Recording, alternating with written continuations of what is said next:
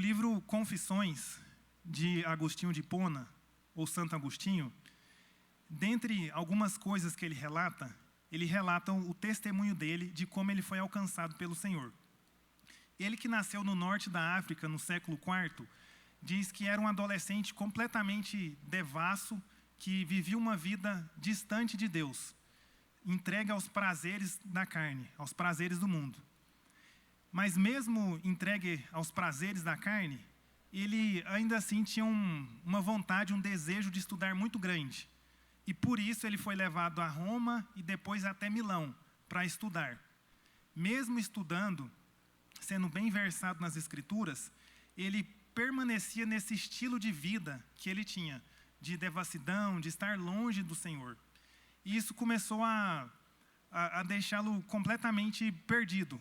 Ele sofria, assim, na sua mente, na sua consciência, ele tinha essa consciência cauterizada e estava triste com esse estilo de vida que ele levava. E ele relata no seu livro, esse seu testemunho, que um dia ele estava sentado em anexo ali ao pátio de onde ele morava, junto com um amigo dele, e ele colocou-se debaixo de uma árvore e começou a chorar e a clamar a Deus, falando assim: até quando, Senhor? Até quando, Senhor? E ele relata que enquanto ele falava e chorava amargamente, ele ouviu uma voz, ele não distinguiu-se de um menino ou de uma menina, que na casa vizinha cantava, falando assim: toma e lê, toma e lê. Ele entendeu que era para ele pegar a Bíblia e ler. E ele imediatamente correu até o seu quarto, abriu a Bíblia, e no primeiro trecho que ele encontrou, ele leu. E o texto era Romanos, capítulo 13, versículos 13 e 14, que diz assim: não em orgias e bebedeiras, não em imoralidade sexual e depravação, não em desavença e inveja. Ao contrário, revistam-se do Senhor Jesus Cristo e não fiquem premeditando como satisfazer os desejos da carne. Quando ele leu isso, quando ele leu esses 2 versículos, ele sentiu que não precisava ler mais nada, porque aquilo ali era suficiente para o que ele estava sentindo. E ele diz que sentiu como uma luz brilhante invadindo o coração dele, invadindo a alma dele e falando com ele, para que ele precisasse transformar sua vida. E aquilo ali dissipou ele das trevas e o levou até a luz. E Agostinho finaliza o seu testemunho nesse livro Confissões, atribuindo essa experiência de conversão à graça do Senhor, porque ele foi alcançado pelo Senhor. O livro de Atos, que nós lemos, que está inserido esse texto, a semelhança de Confissões, que traz o testemunho de Agostinho, ele traz também alguns testemunhos.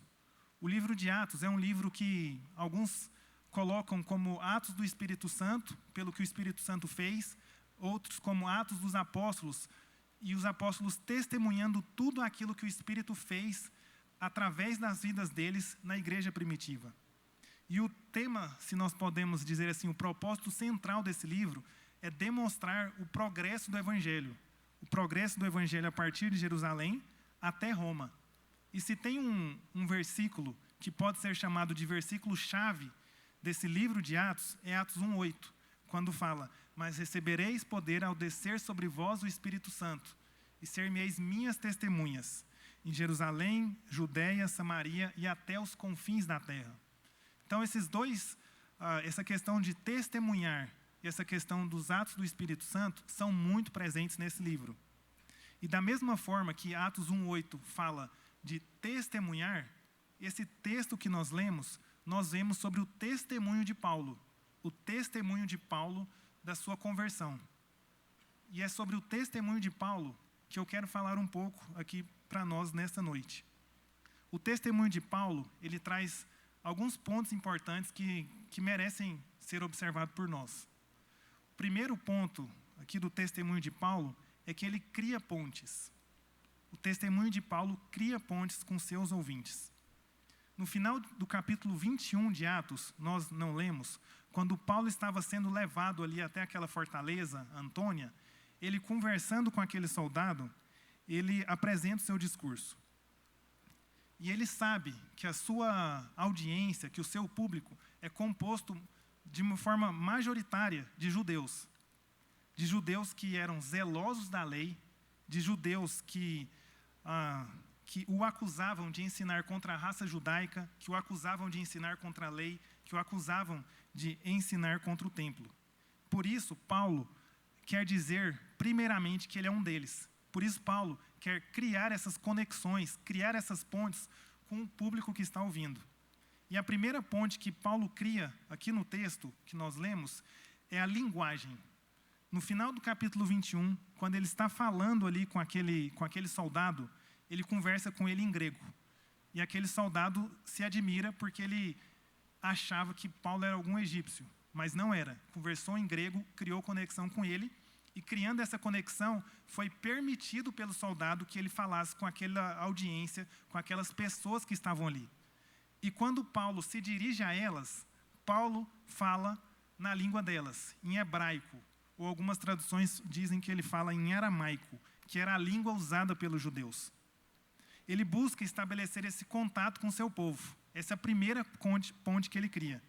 E quando ele começa a falar na língua deles, eles ficam parados, eles ficam atônitos, eles ficam admirados e ouvem com maior atenção aquilo que ele está falando. Porque falar na língua deles foi um modo eficaz de Paulo de chamar a atenção deles para aquilo que ele queria dizer. Nós percebemos isso quando vem um pregador que não fala a nossa língua e precisa de um intérprete. É bem diferente daquele que consegue comunicar conosco na nossa própria língua. Eu lembro quando eu fui no Peru na primeira vez. Quando a gente chegou lá, o pastor pediu para nós nos apresentarmos. E alguns falaram em português e com um intérprete ao lado. E eu fiquei pensando na minha cabeça o que eu ia dizer. E eu falei assim, vou falar em espanhol. E falei em espanhol, gastei tudo que eu sabia em uma frase. Mas foi suficiente para criar essa conexão com eles, a ponto deles quererem que eu ficasse lá e não queriam deixar embora, porque eu falei na língua deles. Isso cria conexão, cria pontes. E Paulo fez isso com seu público. Ao falar na língua deles, na língua nativa deles, ele chamou a atenção para aquilo que ele queria dizer. A segunda ponte que Paulo criou, que Paulo utilizou a falar com aquelas pessoas, foi sobre o local do seu nascimento, sobre a sua naturalidade. O texto diz, Paulo ele era judeu, nasceu em Tarso, que era a capital da Cilícia, mas logo pequeno ele foi para Jerusalém. Então ele foi criado ali em Jerusalém. E seu pai tinha obtido a cidadania romana, então ele era romano por direito. Ele então poderia falar com eles como um igual. Paulo, afirmar que era nativo, era um outro ponto que criava conexão com seu público. Ele se identifica como um judeu, nascido no exterior, naquele tempo da dispersão, mas que tinha sido criado e educado em Jerusalém, com o nome de Saulo. E imediatamente uma outra conexão é criada quando ele diz da sua educação, porque ele diz que aprendeu aos pés de Gamaliel. Gamaliel era um dos principais rabinos do primeiro século. Ele era conhecido, ele era famoso, aquilo que ele falava tinha peso, tinha autoridade. E Paulo se conecta com eles, falando que tinha sido educado aos pés de Gamaliel. Porque Gamaliel, ele era respeitado, um mestre que tinha um profundo conhecimento da lei. E quando Paulo menciona o fato de ter sido educado aos pés de Gamaliel, os judeus veem como alguém que merecia ser ouvido também. Paulo cria pontes, seja na linguagem, seja na sua naturalidade, seja na sua educação, seja no zelo pela lei. Paulo também fala para eles que ele era zeloso pela lei. E o judeu era extremamente zeloso pela lei. E Paulo fala isso, que quando ele coloca como zeloso pela lei, ele quer dizer que o mesmo zelo que eles tinham pela lei, de estarem ali, colocando ele naquela posição, Paulo também tinha. E Paulo tem esse objetivo, de criar essas pontes com aquele público que eu ouvia. Paulo chamou de irmãos, de pais. Paulo falou na língua deles. Paulo falou do local de nascimento. Paulo falou de onde cresceu. Paulo falou do mestre que ele tinha. Porque Paulo sabia que precisava criar pontes com aquele público, para que chegasse até o coração deles, para que eles ouvissem aquilo que ele dizia. Quando nós compartilhamos o nosso testemunho, Quando nós falamos com alguma pessoa, por mais difícil que pareça, nós precisamos criar essas pontes. Nós precisamos criar essas conexões para que nós sejamos ouvidos. Nós precisamos comunicar dessa forma efetiva para que as pessoas prestem atenção em nós. Porque se não for assim, as pessoas nem param para nos ouvir. Eu me lembro, pensando sobre esse texto, me veio à mente, não me lembro se a Inês estava, no dia da fundação, da Assembleia de Fundação do Instituto Abraço. Nós estávamos lá na Metálica e foi dado a palavra para o pastor Jesus, para ele fazer uma oração. E quando ele pegou a palavra, ele começou falando de após o final da Segunda Guerra Mundial, uma pessoa, um menino faminto, estava na padaria, olhando ali aquelas comidas que estavam ali, e passou um soldado americano e, vendo aquele garoto, se compadeceu dele. E ele foi e comprou aquele pão e deu para aquele menino comer. E aquele menino, quando viu aquele ato daquele homem, perguntou assim para ele: "Você é Deus?" E o pastor disse que naquele momento, na Europa devastada, para a pessoa que tem necessidade, uma pessoa que estende a mão, uma pessoa que oferece alguma coisa, para aquela pessoa, essa pessoa representa a mão de Deus.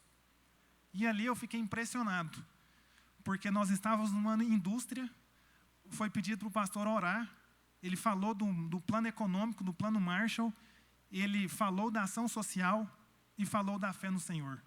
Aquilo ali fez com que todas aquelas pessoas que estavam ali, numa tarde de trabalho, parassem e prestassem atenção no que o pastor estava falando. Ele criou pontes, ele conseguiu chamar a atenção, trazendo algo que era comum àquele ambiente que ele estava. Nós, quando comunicamos o Evangelho, nós, quando comunicamos o nosso testemunho, nós precisamos criar pontes com as pessoas que nos ouvem. E esse é o primeiro ponto do testemunho de Paulo que ele nos ensina nessa noite. E Paulo continua dizendo aqui, sobre a sua defesa, sobre o seu testemunho, e o segundo ponto é que ele relata sua experiência pessoal de conversão. Quando foi a última vez que você compartilhou o seu testemunho de conversão com uma pessoa? Paulo aqui está compartilhando o seu testemunho de conversão para aquelas pessoas. E essa conversão de Paulo, ela é relatada em 3 capítulos diferentes em Atos. Em Atos 9, aqui em Atos 22, em Atos 26 também. E Paulo diz que quando estava a caminho de Damasco, ele caiu no chão, aquela luz falou com ele, e ele foi de encontro até o Senhor. Paulo não procurava Jesus. Paulo perseguia Jesus. Mas o Senhor foi de encontro até ele. Jesus tomou a iniciativa de buscá-lo. E quando Paulo narra a sua conversão, ele demonstra algumas verdades. A primeira dela é que a origem de sua conversão não partiu dele. A origem de sua conversão partiu do próprio Jesus, o Filho de Deus. Ninguém chega a Cristo somente por sua própria vontade. É impossível chegar a Cristo por sua própria vontade, mas sim através de uma ação poderosa do próprio Senhor. O próprio Deus que foi quem mudou o Saulo, perseguidor Saulo, em Paulo. Foi o próprio Deus. John Stott, em um de seus livros, ele diz que o Senhor nos busca como um cão de caça do céu. Esse é o Senhor quando nos encontra. O segundo ponto que Paulo quer demonstrar aqui na sua experiência pessoal de conversão é que a sua conversão ela era autêntica. Sua conversão era algo verdadeiro. Verdadeira sua conversão. Não era algo real.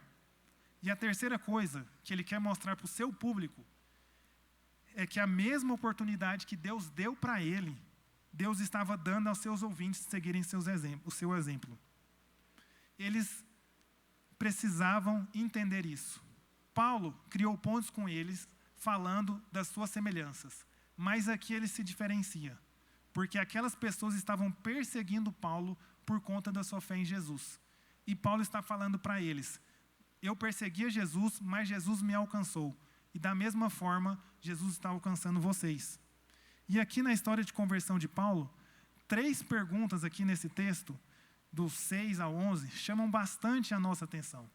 A primeira pergunta é feita pelo próprio Senhor: Saulo, Saulo, por que me persegues? Quando Deus chama o nome de Saulo 2 vezes, ele chama a atenção de Saulo. Ele se conecta a Saulo e pergunta: por que me persegues?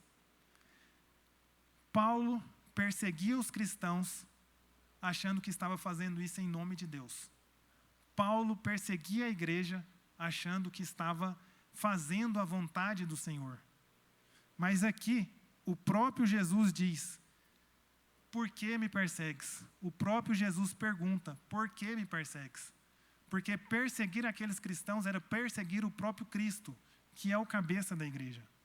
Imagina o choque de Paulo ao achar que estava, no seu zelo religioso, estava agradando a Deus, quando na verdade ele estava perseguindo ao Senhor. Imagine, eu fico pensando, nós, quando cumprimos os nossos ritos religiosos, participamos das reuniões, fazemos aquilo que está na nossa cartilha, achando que estamos agradando ao Senhor, fazendo em nome do Senhor, quando muitas vezes não estamos fazendo. Quando o Senhor ainda pergunta: por que me persegues? O Senhor pergunta para Paulo: Paulo, por que me persegues? A segunda pergunta, que chama bastante atenção aqui no texto, é que Paulo faz: Senhor, quem és tu? Senhor, quem é você? Jesus responde: eu sou Jesus, o Nazareno, a quem você está perseguindo. A maior pergunta que qualquer um de nós podemos fazer é essa: Senhor, quem é você? Em Mateus 15, 13 a 16, quando Jesus está ali com seus discípulos, Jesus pergunta assim: quem os outros dizem que é o Filho do Homem? E os discípulos dizem: alguns falam que é João, outros Elias, Jeremias ou um dos profetas. E Jesus pergunta para eles: e vocês, quem dizem que eu sou? E Pedro diz: tu és o Cristo, o Filho do Deus vivo. Nós precisamos saber quem é Jesus. Jesus é o Cristo, o Filho do Deus vivo. Paulo perseguia em nome de Deus, zeloso para com a lei, criado aos pés de Gamaliel, não conseguiu distinguir de quem era aquela voz. Ele não conhecia ao Senhor Jesus. Vocês conseguem imaginar nós estarmos anos e anos na igreja, anos e anos participando de reuniões, e quando o Senhor falar conosco, nós não conseguirmos distinguir a sua voz, porque nós não o conhecemos? Foi isso que aconteceu com Paulo. A fé cristã, ela envolve essa experiência profunda com Deus, que começa com o conhecimento de quem é Jesus. E a terceira pergunta da experiência de conversão de Paulo, que nos chama bastante atenção, que o texto nos mostra, é quando Paulo pergunta: Senhor, o que devo fazer? A pergunta demonstra o choque que Paulo teve. Paulo não conhecia ao Senhor. Paulo não distinguiu a voz do Senhor. E Paulo não sabia o que deveria fazer. Paulo não sabia como agir. Paulo agia pensando que era no nome de Deus, quando na verdade ele perseguia a Deus. E quando o Senhor falou com ele, ele não sabia o que fazer. E a resposta do Senhor foi: levanta-te e vai. Desse momento em diante, Paulo está entregue a uma nova autoridade. Ele que achava que servia a Deus, servia a ele mesmo. A partir desse momento, ele está entregue ao senhorio de Cristo. A partir desse momento, a vida dele é transformada. A partir desse momento, ele tem esse encontro com o Senhor. Então, Paulo nos ensina, Paulo nos mostra que a vida cristã não é meramente seguir regulamentos. A vida cristã não é meramente participar de reuniões.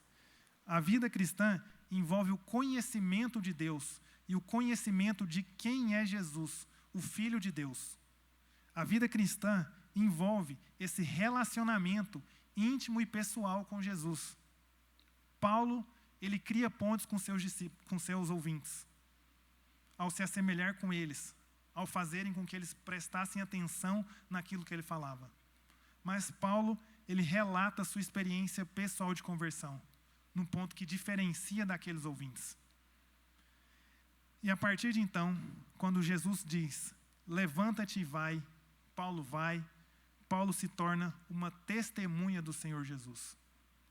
Paulo, que antes era uma testemunha dele mesmo, da lei, dos regimentos, a partir de então, a partir de agora, ele se torna uma testemunha do Filho de Deus, uma testemunha de Jesus Cristo. O propósito da revelação foi que Paulo se tornasse uma testemunha, descrevendo e contando aquilo que ele viu e ouviu. O nosso propósito como testemunhas do Senhor é descrever aquilo que temos visto e ouvido. E se não nos relacionamos com o Senhor, nós não vamos testemunhar daquilo que o Senhor nos fala.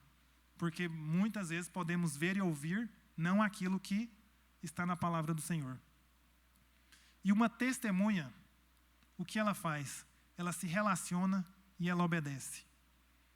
Paulo, a partir de então, ele começa a se relacionar com Deus e com os irmãos e obedecer a Deus. Paulo se relaciona com seus irmãos. Aqui nós vemos que imediatamente Paulo ele vai para Damasco e ali ele conhece Ananias, que era um judeu zeloso, que conhecia a Deus, piedoso, respeitado pela comunidade. E Paulo vai até ali, a sua casa, conduzido pelo Espírito Santo do Senhor. O pecado, quando entrou no mundo, ele afetou todos os relacionamentos. Os relacionamentos com Deus e os relacionamentos com o próximo.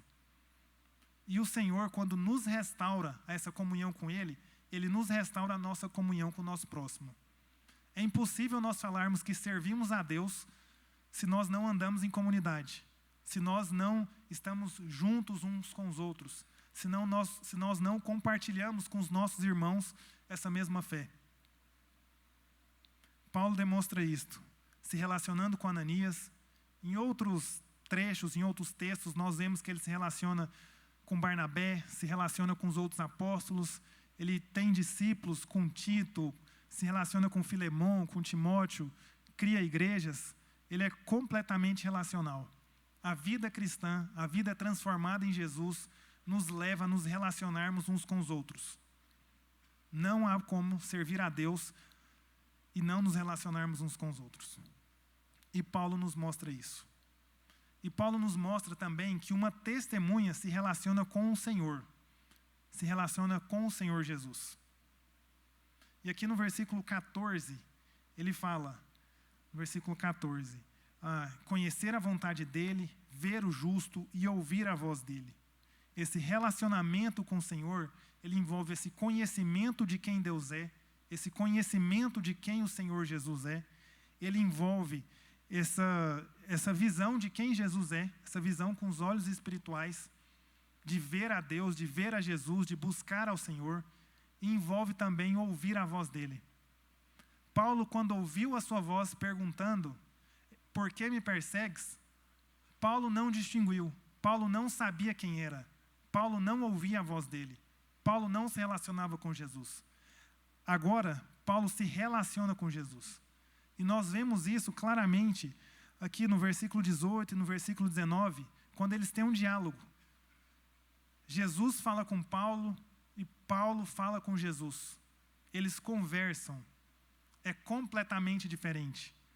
Paulo antes achava que agia e falava e perseguia em nome de Deus, mas não conhecia a Deus. Aqui, Paulo conversa com o Senhor Jesus. E reparem que quando ele fala, vi o Senhor, ele me disse, ande logo e sai imediatamente. Eu respondi, Senhor, eles bem sabem que eu ia de sinagoga em sinagoga. Observem o diálogo, porque muitas vezes nós nos enganamos, achando que nos relacionamos com o Senhor, que oramos ao Senhor, quando na verdade nós só falamos. E somos incapazes de nos relacionarmos com o Senhor. Paulo aqui nos mostra esse diálogo dele com o Senhor. Porque o Senhor fala com ele. Porque o Senhor fala conosco. Porque nós, quando somos testemunhas do Senhor, testemunhas daquilo que vemos e ouvimos, nós nos relacionamos com o Senhor. Uma testemunha fala do que vê e do que ouve. E a outra e última coisa é que uma testemunha, ela se relaciona e ela obedece. O relacionamento com Deus, ele leva à obediência. Vocês percebem claramente Paulo antes e depois. Paulo obedecia a si mesmo. Paulo não se relacionava com o Senhor. Agora Paulo se relaciona com seus irmãos, se relaciona com o Senhor e ele obedece ao Senhor. E essa obediência ao Senhor, ela se manifesta de forma objetiva. Não é somente uma obediência que nós cantamos, que nós oramos, mas quando Deus nos manda perdoar, nós não perdoamos. Quando Deus nos manda dar, nós não damos. Quando Deus nos manda ir, nós não vamos. A obediência, ela se manifesta de forma objetiva, nos pequenos atos das nossas vidas. E aqui nós vemos, no versículo 10, quando Paulo pergunta a Jesus o que fazer, Jesus fala para ele, levanta e entra em Damasco. Paulo levanta e vai para Damasco. No versículo 16, Ananias fala para ele levantar, receber o batismo. Paulo levanta e recebe o batismo. E no trecho entre o 18 ao 21, quando Jesus quer que Paulo vá para os gentios, e Paulo ainda argumenta com o Senhor para não ir, mas Jesus manda ele ir, Paulo obedece e vai. Sem obediência é impossível nós relacionarmos com o Senhor. Sem obediência, nós não podemos nos relacionar com o Senhor. 1 João 2, 3, 6 diz assim, nisto sabemos que o temos conhecido, se guardamos os seus mandamentos. Aquele que diz, eu conheço, mas não guarda os seus mandamentos, é mentiroso, e a verdade não está nele. Nós nos relacionamos com o Senhor pautados na obediência. E Paulo nos ensina isso. A partir do momento que ele foi encontrado pelo Senhor Jesus, ele se relaciona com o Senhor e ele obedece ao Senhor. Nós, que somos testemunhas do Senhor, precisamos nos relacionar com o Senhor dessa mesma forma. O objetivo de todo esse discurso de Paulo, o objetivo da defesa de Paulo, o objetivo de Paulo aqui ao falar com aquelas pessoas, era criar essas pontes para que eles o ouvissem. Por isso ele falou do seu local de nascimento, por isso ele falou da sua filiação, por isso ele falou do seu zelo, da sua obediência, por isso ele falou na linguagem deles. Mas Paulo chegou ao ponto que ele se diferenciou deles. E esse ponto que o diferenciou deles foi esse encontro pessoal com o Senhor Jesus. E a partir de então, houve uma profunda mudança na vida de Paulo. Nós que conhecemos ao Senhor, nós devemos testemunhar do Senhor daquilo que vemos e ouvimos as pessoas que nos cercam. E esse discurso de Paulo, esse testemunho de Paulo, nos ensina. Uma frase que eu achei interessante diz o seguinte, eu não sei o autor, mas eu li em um comentário. O que quer que os indivíduos mais humildes afirmem, com base em sua própria experiência, é sempre digno de ser ouvido. O que quer que os indivíduos mais humildes afirmem, com base em sua própria experiência, é sempre digno de ser ouvido. E eu pergunto mais uma vez, qual foi a última vez que cada um de vocês testemunhou daquilo que o Senhor fez nas suas vidas às pessoas que o cercam? Essa é uma pergunta que eu fiz para mim.